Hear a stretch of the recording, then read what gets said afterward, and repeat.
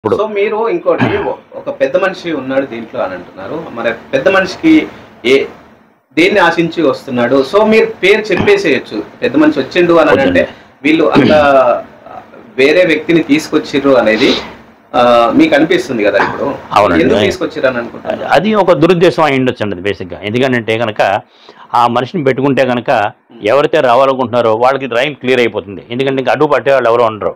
రెండోది ఏంటంటే కనుక ఆ పెద్ద మనిషి కూడా అంటే ఇప్పుడు వాళ్ళని ట్రస్ట్ కింద చేర్చుకున్నారు, కానీ ఇంకా అది క్లియర్ అవ్వలేదు. అది కేసు జరుగుతుంది కదండి, అది కేసు జరుగుతుంది మనని ఇంకా వాళ్ళు ట్రస్టీ అవ్వలే ఇంకాను. సో కానీ అంటే వాళ్ళు మరి మంచి ఉద్దేశంతో ఆయన వచ్చారా, వాళ్ళు దురుద్దేశంతో వచ్చారా తెలియదు. అది కానీ అంటే ఇది మాత్రం నాకు మనసులో పడింది. ఇప్పుడు ఈ రోజు కాకపోతే ఇంకో రోజు అయితే నన్ను చాలా ఇబ్బంది పెట్టే రకం అని చెప్పేసి నేను వద్దన్నాను నేను స్టార్టింగ్లోనే.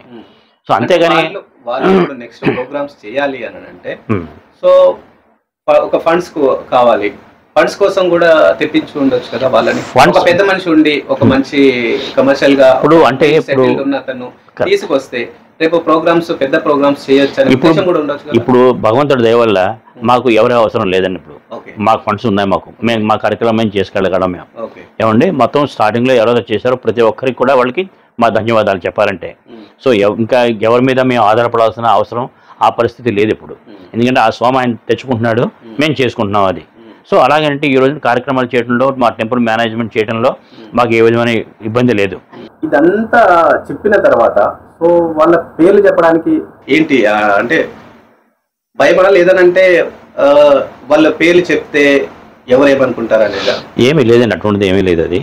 ఎందుకంటే యాక్చువల్గా అంటే కొన్ని విషయాల్లో డిస్ప్యూట్లోకి వెళ్ళదలుచుకోవద్దు. కానీ అంటే ఇప్పుడు పరిస్థితులు ఎలా ఉన్నాయంటే కనుక నలుగురికి విషయం తెలియాలి, కొద్దిగా తెలియాలని చెప్తే కనుక అది నలుగురు తెలుసుకుంటారు. అది ఎందుకంటే నేను ప్రతి ఒక్కరి దగ్గరికి వెళ్ళి 100 మందికి నేను చెప్పలేను నేను. ఇప్పుడు ఇటువంటి మాధ్యమాల్లో ఉందంటే నేను ఒకసారి చెప్తే కనుక నలుగురికి తెలుస్తుంది అది. కానీ అంటే మాకు ఈ విధంగా చెప్పాలంటే యాక్చువల్గా పివి రమణ గారు అని చెప్పేసి ఆయన పెద్ద వయస్కులు, ఆయన దగ్గరగా 83-85 ఏళ్ళు ఉంటాయి. సో అంటే నాకు ఆయన పూర్తిగా పరిచయం లేకపోయినా తెలియపోయినా కానీ మా టెంపుల్ రావటం, ఆయన పూజలు చేయించుకోవటం అని చెప్పేసి అన్ని తెలుసు, ఆ విధంగా తెలుసు ఆయన నాకు. తర్వాత మా టెంపుల్ కూడా ఆయన కొంతవరకు సహాయం చేశారు ఆయన మా బిల్డింగ్ లో.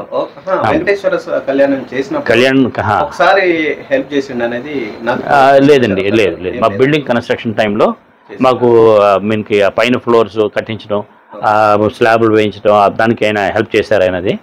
దానికి ఎప్పుడు మేము రుణపడి ఉంటాము దానికి. అది కానీ అంటే కనుక ఇప్పుడు నేను ఎందుకు అడిగిన అంటే మీ ట్రస్టీలోనే ఒక మెంబరు ఎంబీఎస్ మూర్తి గారు అని, తను ఒకసారి రావు గారి సార్ దగ్గర నుండి డబ్బులు తీసుకొచ్చి అంటే ఈ ప్రోగ్రామ్ కోసము తనే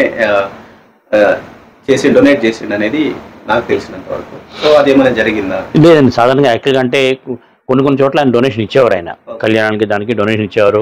అంటే మనకి అది అమౌంట్ అంటే నాకు అంత గుర్తులేదు కానీ అది, బట్ డొనేషన్ ఇచ్చారు, నీకు కాదని అంటలేదు దాంట్లో. అది కానీ అంటే మేము సాధారణంగా అంటే మాకు ఇక్కడ ట్రస్టీస్లో ఉంటామంటే మనకి ఐరోలలో మేము ఉన్న వాళ్ళందరం చాలా కష్టపడ్డాము. మేము కష్టపడి అంటే డోనర్స్ చాలామంది ఉన్నారు, మాకు డోనర్స్ చాలామంది ఉన్నారు.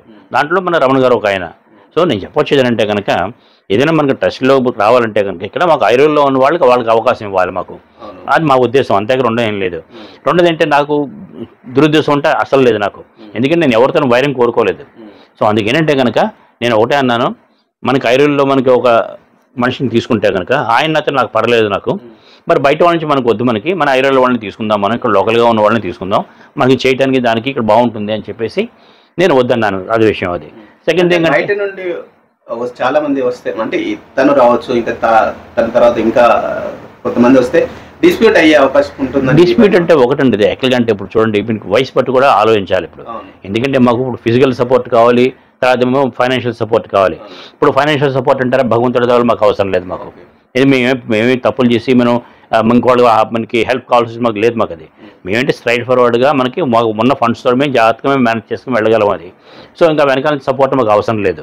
కాబట్టి రెండోది మాకు ఫిజికల్ సపోర్ట్ కావాలి. మాకు ఫిజికల్ సపోర్ట్ కావాలంటే యంగ్స్టర్స్ కావాలి, మాకన్నా యంగ్ పీపుల్ కావాలి. అలాంటప్పుడు అటువంటి వయసుకులు ఉన్నప్పుడు మాకు అంత వయసు ఉన్న వాళ్ళు మాకు ఉపయోగం లేదు. నేను ఆ కారణంతో వద్దని చెప్పాను నేను. సో దాంతో అంతేకాని రెండో ఆలోచన లేదు నాకు.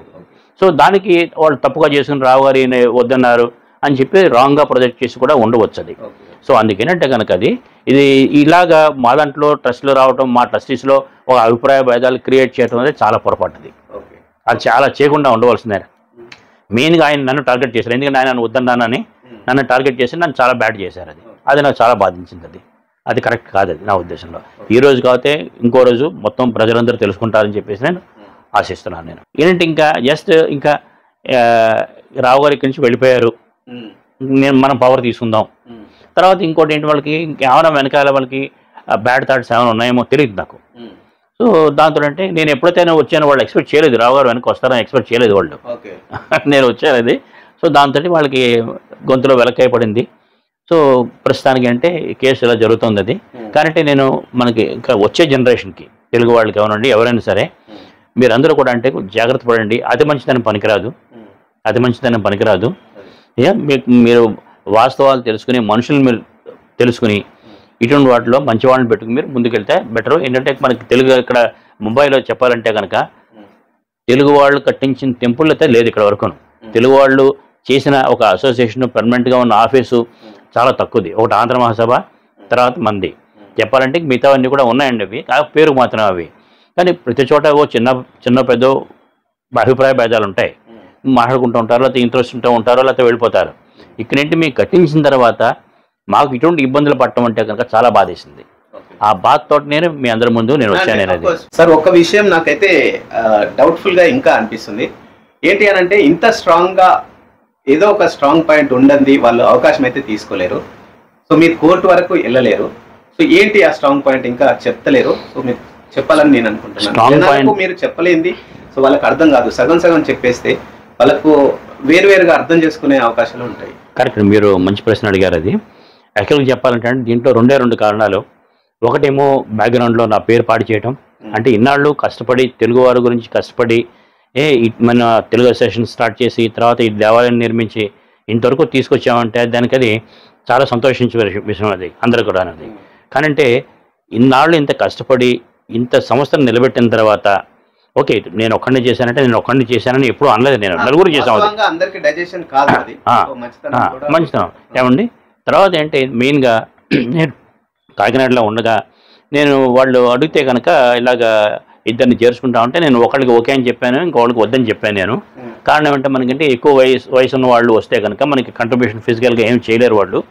దీనికి మనం ఒక వర్కింగ్ కమిటీ మనం పెట్టుకుని వర్కింగ్ కమిటీలో నలుగురికి బాధ్యత ఇచ్చినట్టు ఉంటుంది, మనం కూడా రిలాక్స్ అవ్వచ్చు అనే ఉద్దేశంతో చెప్పాను అది. సో ఆ వర్కింగ్ కమిటీ అనే కాన్సెప్ట్ని పక్కకు పెట్టేసేసి వాళ్ళ స్వలాభంతో ఇంకో మనిషిని తీసుకొచ్చి నన్ను పక్క పెడదామనుకున్నారో ఏమో తెలియదు, కానీ నేను వద్దంటున్నా కానీ తీసుకోవడం జరిగింది. అదొక కారణం. తర్వాత ఇంతకుముందు నేను వెళ్లే ముందు మనకి తెలుసు కదా ప్రతి సంస్థలో కూడా అంటే ఇన్కమ్ ట్యాక్స్ అనే ఉంటుంది, ట్యాక్స్లు కట్టుకోవాల్సి వస్తుంది. సో మాకు అలాగే మీకు ప్రతి ఏడాది కూడా ఇన్కమ్ ట్యాక్స్ కడుతూ ఉంటాం, మేము చారిటీ ట్యాక్స్ కడుతూ ఉంటాం మేము. ఎందుకంటే మా రెగ్యులర్గా మేము సిస్టమేటిక్గా వెళ్తూ ఉంటాం దీంట్లో ఉంటుందండి. సో అప్పుడు యాక్చువల్గా అంటే అది కోవిడ్ టైం అది చెప్పాలంటే అండి. అది ఆ కోవిడ్ టైంలో మాకు నోటీసులు వచ్చాయి. సో నోటీసులు వస్తే అప్పుడు నేను ఆడిటర్ని అడిగాను, బాబు ఏంటి నోటీసులు వచ్చాయి, ఏమిటి కారణం ఏంటి అని అంటే వాళ్ళు చెప్పింది కారణం ఏంటి ఇలాగ మేము ఫామ్ 10B అని ఒకటి ఉంటుంది, అది ఫైల్ చేయాలి. యాక్చువల్గా అది ఫైల్ చేయలేదు. అది ఎవరు చేయలేదు యాక్చువల్గా వాళ్ళు ప్రొఫెషనల్స్, వాళ్ళు అకౌంటెంట్స్ ఆడిటర్స్ వాళ్ళు ప్రొఫెషనల్స్, వాళ్ళకి మేము ఫీజు ఇస్తున్నాం, వాళ్ళ పని సరిగ్గా చేయలేదు వాళ్ళది. దానివల్ల నోటీసులు వచ్చాయి. అదే టైంలో చాలా మందికి అంటే మనకి ఐరోలే స్పోర్ట్స్ అసోసియేషన్ అని ఇలా చాలా మందికి పెద్ద పెద్ద వాళ్ళందరికీ నోటీసులు వచ్చాయి. సో మాకు నోటీసులు ఇచ్చారు వాళ్ళు. ఇది బేసిక్గా అంటే ప్రొసీజర్ కంప్లై చేయలేదు అని చెప్పేసి, అంతేకాని దాంట్లో ఇంకో ప్రాబ్లం లేదు. సో అప్పుడు నేను కరెక్ట్ నేను ప్రాజెక్ట్కి వెళ్ళాను, నా దగ్గర సమయం లేదు. అప్పుడు నేను మా మిగతా ట్రస్టీ కొలీగ్స్కి అప్లై చెప్పి మీరు దీన్ని కొద్దిగా జాగ్రత్తగా హ్యాండిల్ చేయండి అని చెప్పి నేను చెప్పాను. అది అయినా సరే మీకు ఏదైనా హెల్ప్ కావాల్సి వచ్చినా మాట్లాడాల్సి వచ్చినా మీరు నన్ను ఫోన్ చేయండి, ఆమె ఫోన్ కాల్ ఇవే. నేను ఎప్పుడు దూరంగా వెళ్ళిపోలేదు కదా, ఇక్కడ ఉన్నాను కదా. వాళ్ళు వెనకాల పేరు పాడు చేశారు యాక్చువల్ చెప్పాలంటే.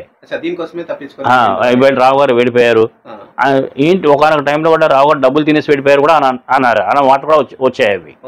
మరి ఇది చాలా నేను జీర్ణించుకోలేని విషయం. అది ఏంటి ఇంత కష్టపడి చేసి నా జీవితాన్ని యాక్చువల్గా మా ఇంట్లో పెళ్ళాన్ని మేము పట్టించుకోకుండా ఇంత సోషల్ వర్క్ చేసి చివరికి మాటలు వినడానికి నాకు నచ్చలేదు నాకు ఇది. సో తర్వాత ఎప్పుడైతే నాకు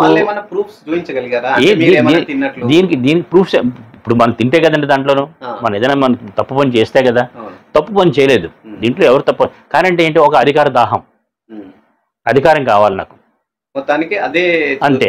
ఇది ఏదో పట్టుకుని దాంతో ఇంకోళ్ళ పక్కకు తీసుకుని మిగతా ట్రస్టీస్ కూడా మైండ్ మార్చి, రావు గారు ఆ తప్పు చేశారు, రావు గారు ఈ తప్పు చేశారని చెప్పేసి వాళ్ళ మైండ్ కూడా మార్చి మొత్తం వాళ్ళందరినీ కలిపి ఒక పక్క లాక్కొచ్చి నన్ను పక్క పెడతామని చెప్పి అనుకున్నారు వాళ్ళు.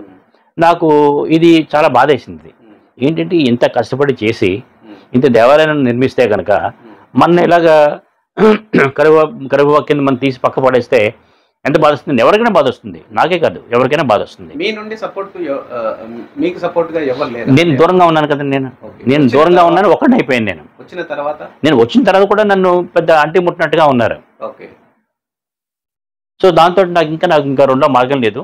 అప్పుడే నేను ఇలాగే కొంతమంది సలహా తీసుకున్నాను, ఇలాగ మరి నేను వద్దన్నా కూడా వాళ్ళు చేస్తున్నారు ఇది, మరి దీనికి ఏంటంటే అప్పుడు కొంతమంది నాకు లీగల్గా సలహా ఇచ్చారు, దానికి మీరు కవియేట్ వేస్తే కనుక వితౌట్ యువర్ కన్సెంట్ వాళ్ళు ఎవరు ఏం చేయలేరు. సో అని చెప్తే అప్పుడు నేను కవియేట్ వేశాను. అప్పుడు నేను లేకపోతే నాకు మాత్రం అంత టైము ఇంత మనీకి ఖర్చు పెట్టుకుని నేను మీరు కోర్టు వెనకాల తిరగాల్సిన నాకు అవసరం లేదు. సో ఏదైతే బ్యాడ్ అయ్యిందో అది ఎందుకంటే నేను నా సమస్య నాది కాదు, కానీ నన్ను ఇబ్బంది పెట్టాలని చేశారు అది. సో అందుకంటే నన్ను ఇబ్బంది పెట్టంటే నేను తప్పకుండా నేను బయటపడాలి కదా అది. సో ఇది ఒక మార్గం అని చెప్పేసి నాకు రెండో మార్గం లేక నేను వెళ్ళవలసి వచ్చింది అది. సో దాంతో అంతేగాని దీంట్లో నాకేదో దీంట్లో పర్మనెంట్గా కూర్చుని పోవాలని నేనే చేయాలి అని నేను ఎప్పుడో అనుకోవాలి అది. కానంటే నలుగురు కూర్చుని మాట్లాడుకుంటే కనుక ఏ సమస్య అయినా పరిష్కారం అవుతుందండి. ఎందుకంటే ఇప్పుడు ఆయన లేరు కదా, రావు గారు ఇక్కడ లేరు కదా, ఆయన మీద బురద జల్లుదామని చెప్పేసి అని చేయకూడదు అది. ఇవంటే ప్రతి సోషల్ ఆర్గనైజేషన్స్లో కూడా ఇటువంటి సమస్యలు ఉంటాయి. కానీ దానికి ఒకటే మార్గం ఏంటి, మనకి తిట్టుకోవడం కొట్టుకోవడం కాదు అది. అంటే మనం కూర్చుని మనం పరిష్కరించుకోవచ్చు అది. అలాగా చేయలేదు అది మా వాళ్ళు. అలా చేసుంటే కనుక ఈరోజు సమస్య వచ్చి ఉండేది కాదు. అందుకేంటంటే బేసిక్గా నాకు ప్రతి ఒక్కళ్ళు కూడా అంటే మనకి ఐరోన్లో నాకు తెలియని వాళ్ళు కానీ రావు గారు అంటే తెలియని వాళ్ళు ఎవరు లేరు, ప్రతి ఒక్కళ్ళు తెలుసు. కానీ పేరు పాటు చేసేవాడికి నాకు బాధ వచ్చి నేను వచ్చింది. రెండోదంటే ఆ టైంలో ఎవరు కూడా సపోర్ట్ చేయలేదు నాకు. ఎందుకంటే వాళ్ళు ఉండొచ్చు అక్కడ తెలిసిన వాళ్ళు ఇక్కడ తెలిసిన వాళ్ళు ఎవరు సపోర్ట్ చేస్తామని చెప్పేసి అనుకుని ఉండొచ్చు. కానీ నా బాధ నాదే కదా, నాకు సపోర్ట్ లేనప్పుడు నేనేం చేస్తాను అది. నాకు ఒకటే మార్గం అది, నేనంటే నా పేరు పోకూడదు, నేను పేరు గురించే కష్టపడ్డా. నా భగవంతుడు నాకు ఇచ్చాడు సంపద, ఏం ప్రాబ్లం లేదు. కానీ అంటే నా పేరు పాడవకూడదు. ఇంత కష్టపడి చేసిన తర్వాత సంస్థ నిలబెట్టిన తర్వాత మరి మనం ఆ పేరు నిలబడాలి కదా. సో వాళ్ళు నాకు ఆ విధంగా ఇబ్బంది పెట్టారు కాబట్టి నేను ఇలా చేయవలసి వచ్చింది అది. సో భగవంతుడి దయ వల్ల నాకు ఇది సమస్య సానుకూలంగా పరిష్కారం అవుతుందని చెప్పేసి నేను అనుకుంటున్నాను. ఆ స్వామి చూస్తాడు ఇంకంత మంచి చెడ్డ.